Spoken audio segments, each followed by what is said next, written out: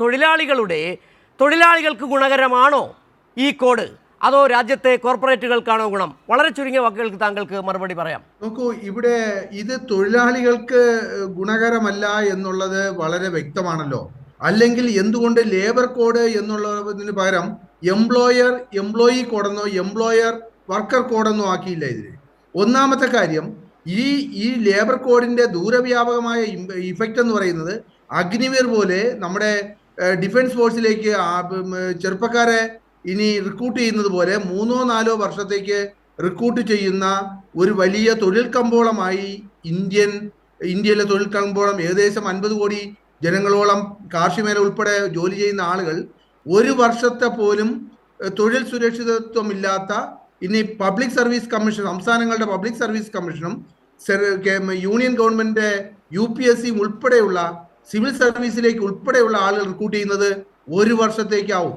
ഇപ്പൊ ഈ ഗവൺമെന്റ് ഈ നയത്തിന്റെ ഭാഗമായി പറയുന്നത്, ഇപ്പോൾ ഇതിന്റെ ഒരു നേട്ടമായി പറയുന്നത്, ഇതുവരെ 5 വർഷമാണ് ഗ്രാറ്റുവിറ്റിക്ക് വേണ്ടിയിരുന്നത് ഒരു എംപ്ലോയിക്ക് അല്ലെങ്കിൽ ഒരു തൊഴിലാളിക്ക്. ഇനി അത് 1 വർഷം കഴിഞ്ഞാൽ കിട്ടുമെന്നാണ് പറയുന്നത്. എന്നാൽ ഈ 1 വർഷം വരെ അപ്പോയിന്റ്മെന്റ് ഓർഡർ കൊടുക്കണമെന്ന് പറയുമ്പോൾ അത് 1 വർഷത്തേക്ക് 12 മാസത്തേക്ക് കൊടുക്കുമെന്ന് എന്താണ് ഉറപ്പ്? 11 മാസത്തേക്ക് അപ്പോയിന്റ്മെന്റ് ഓർഡർ കൊടുത്തിട്ട് 12ാമത്തെ മാസത്തിൽ അത് പുതുക്കിയാൽ അയാൾക്ക് 1 വർഷം തികയില്ലല്ലോ. അപ്പം ഗ്രാറ്റുവിറ്റി കൊടുക്കണ്ട. ഇത് നടപ്പിലാക്കുന്നു എന്നുണ്ടോന്നറിയാൻ ഇന്നൊരു സിസ്റ്റം ഉണ്ട് ഇന്ത്യയിൽ. എല്ലാ സംസ്ഥാനങ്ങൾക്കും, അതായത് ഇൻസ്പെക്ടേഴ്സ് ഉണ്ട്. ലേബർ തൊഴിൽ വിരുദ്ധ നിലപാടുകൾ എടുക്കുന്നില്ല എന്ന് പരിശോധിക്കുന്ന ഇൻസ്പെക്ടേഴ്സ് ഉണ്ട്. ആ ഇൻസ്പെക്ടേഴ്സ് എന്ന് പറയുന്ന പോസ്റ്റിനെ റീനെയിം ചെയ്തിട്ട് ഇൻസ്പെക്ടേഴ്സ് കം ഫെസിലിറ്റേറ്റേഴ്സ് ആക്കി. അവർ മുതലാളിമാരുടെ ഫെസിലിറ്റേറ്റേഴ്സ് ആയി. ഇനി ഈ ഇൻസ്പെക്ടേഴ്സിന് നേരിട്ട് താങ്കൾക്ക് തുടരാം. വളരെ ചുരുക്കി പറയാം, സമയപരിമിതിയുണ്ട്. വളരെ ചുരുക്കി. ഇൻസ്പെക്ടേഴ്സിന് നേരിട്ട് ഒരു തൊഴിൽ സ്ഥാപനത്തിലും കയറി ചെല്ലാൻ പറ്റില്ല. അതിന് സംസ്ഥാന ഗവൺമെന്റ് പെർമിഷൻ, അനുമതി നേരത്തെ നേടണമെന്നാണ് പറയുന്നത്. ഇത് മറ്റ് ഒരു കാരണവശാലും ഇനി ഇത്തരത്തിൽ ഇവിടെ നടപ്പിലാക്കുമോ എന്നറിയില്ല. ഇനി ഇത് എംപ്ലോയിക്ക് വേണ്ടിയാണോ, തൊഴിലാളികൾക്ക് വേണ്ടിയാണോ, മുതലാളിക്ക് വേണ്ടിയാണോ എന്നറിയാൻ ഒരു കാര്യം പരിശോധിച്ചാൽ മതി. നമ്മുടെ ഇപ്പോൾ PF ഉണ്ടല്ലോ, ഈ പ്രോവിഡന്റ് ഫണ്ട് കോൺട്രിബ്യൂഷൻ, അതായത് ഒരു സ്ഥാപനത്തിൽ ഒരാളിന് കിട്ടുന്ന വേതനത്തിന്റെ 12% തൊഴിലാളി നിക്ഷേപിക്കണം. എംപ്ലോയർ, ആ സ്ഥാപന ഉടമ അയാൾ തൊഴിലാളിക്ക് കൊടുത്ത വേതനത്തിന്റെ 12% നിക്ഷേപിച്ച് 24% ആ തൊഴിലാളി പിരിഞ്ഞു പോകുമ്പോൾ കിട്ടുന്ന ഒരു എമൗണ്ട് ആക്കി മാറ്റുകയാണ് ചെയ്യുന്നത്. അതിനെ 12ൽ നിന്ന് 10 ആക്കി കുറച്ചു കൊടുത്തു.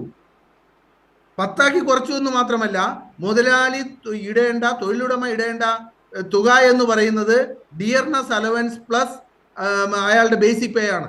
അയാളുടെ ഹൗസ് റെന്റ് അലവൻസ്, മറ്റുള്ള medical allowance, city compensatory allowance ഉണ്ടെങ്കിൽ അത്, മറ്റ് എക്സ്ട്രാ പേകൾ ഉണ്ടെങ്കിൽ ഇതെല്ലാം പേയ്മെന്റ് എന്ന് പറയുന്ന സാലറി എന്ന നിർവചനത്തിൽ നിന്ന് മാറ്റി.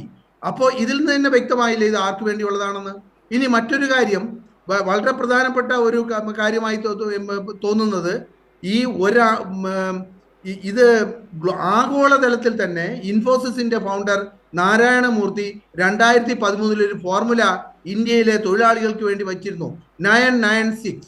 അതായത് രാവിലെ 9 മുതൽ വൈകുന്നേരം 9 മണി വരെ 6 ദിവസവും ജോലി ചെയ്താലേ ഇന്ത്യ പോലുള്ള രാജ്യങ്ങൾ ബിൽഡപ്പ് ചെയ്യാൻ പറ്റുള്ളൂ എന്ന് പറഞ്ഞ് ഒരു മുദ്രാവാക്യം പോലെ ഒരു ഫോർമുല മുന്നോട്ട് വച്ചിരുന്നു.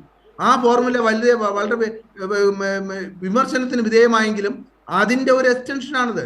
ഇവിടെ സംഭവിക്കുന്നത് ശരിയാണ്. ശ്രീ മോഹൻകുമാർ, താങ്കൾ പറഞ്ഞു ഒരുപക്ഷെ നന്ദുവിന് ഇത് മറുപടി പറയാനുള്ള സമയപരിമിതിയുണ്ട്.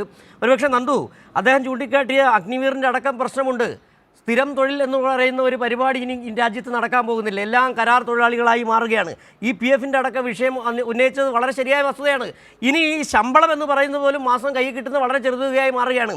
നന്ദു, ഏതായാലും അതിനെക്കുറിച്ച് കൂടുതൽ നന്ദു അടക്കം പഠിക്കേണ്ടതുണ്ട്. പക്ഷേ ഇവിടെ ലേബർ കോഡ് എന്ന് പറയുന്നത് രാജ്യത്തെ ജനങ്ങളെ കൂടുതൽ അടിമകളാക്കാനും തൊഴിലവകാശം കവരാനും തന്നെയാണെന്നുള്ളതാണ് പ്രാഥമികമായി തന്നെ മനസ്സിലായിട്ടുള്ളത്.